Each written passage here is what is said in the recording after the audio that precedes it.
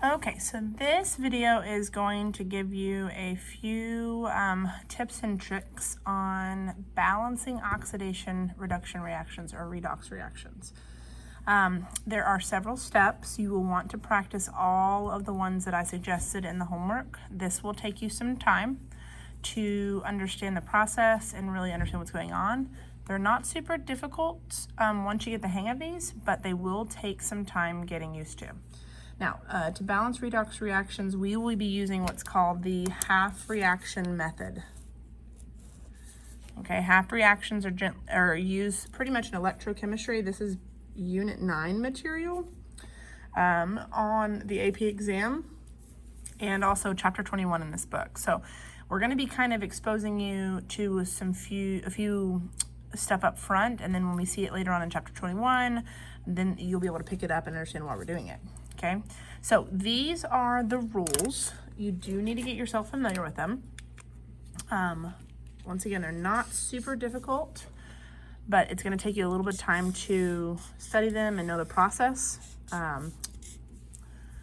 First, write an unbalanced reaction, or write whatever information is given from the typed information. Okay, number 2, break the reaction into 2 half reactions. So you do need to assign oxidation states and recognize where your reduction is going on and where your oxidation is. Okay, and so you're going to break into 2 half reactions.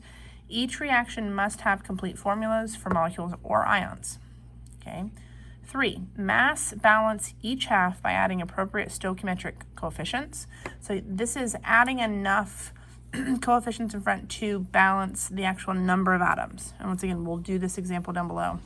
You do want to balance your H and O last, okay, because there are simple rules that need to be applied. So to balance H and O, if it's an acidic solution, which is typically stated in the problem, you can balance H's or H pluses by adding a certain number of things. You can also balance H2Os as well. Same thing for OHs in basic solutions. And we'll go over some rules down here. Number 4, charge balance half reactions by adding appropriate number of electrons. So this is where you're going to take your oxidation states and see where the deficit of charges, and you can add electrons to one of the sides to balance the overall number of electrons. Once again, we'll do an example and that'll make a little more sense.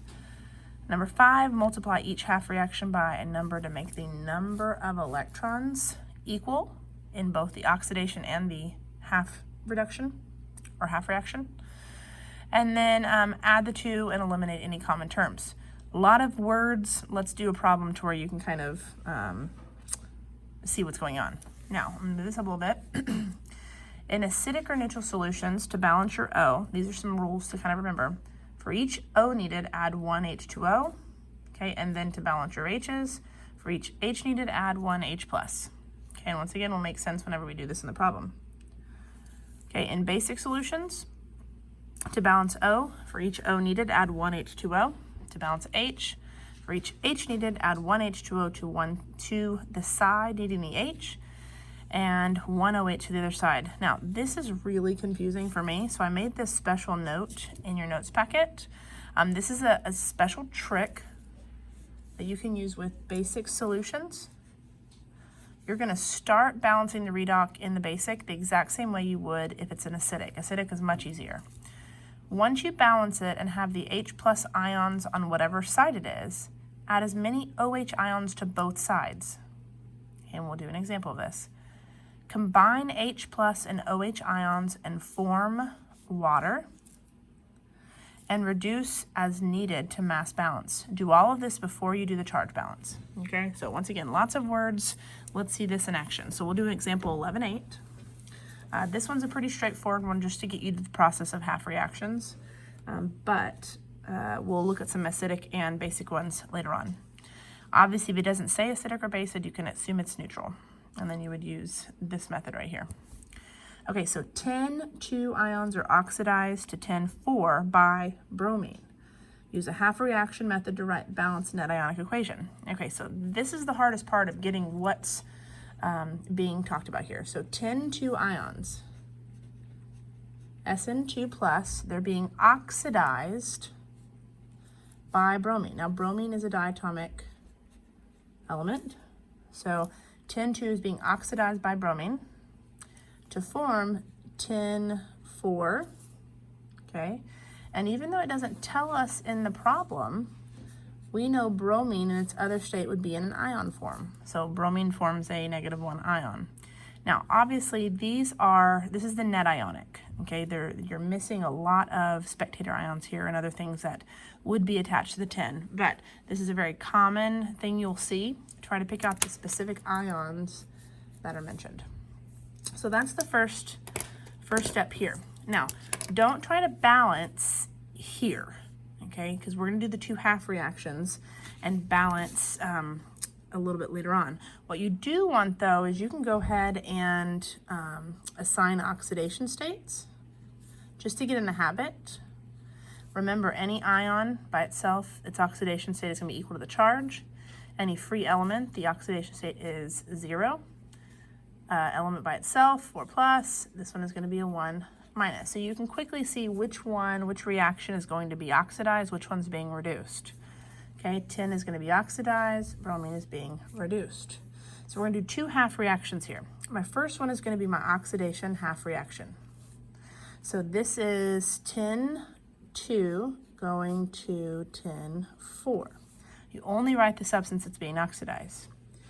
Okay, now because both of these have 1 and 1, I've already mass balanced here. Now I need to focus on the charge. So this side of the equation has a 2 plus charge. This side of the equation has a 4 plus. Now remember, we can only add electrons here, okay, to balance the charge. So to make these 2 sides equal, I'm gonna have to add 2 negatively charged electrons to the right side. So that my overall charge here, this is 2 plus, my overall charge here now is going to be 2 plus. So I'm done with my oxidation half. Let's do our reduction half. Okay, so now I take bromine going to bromine ion. First things first, we want to mass balance. So there's 2 bromines here, there's only 1 here, so let's add a coefficient. Okay, we're not having to balance any H's or O's, that's good.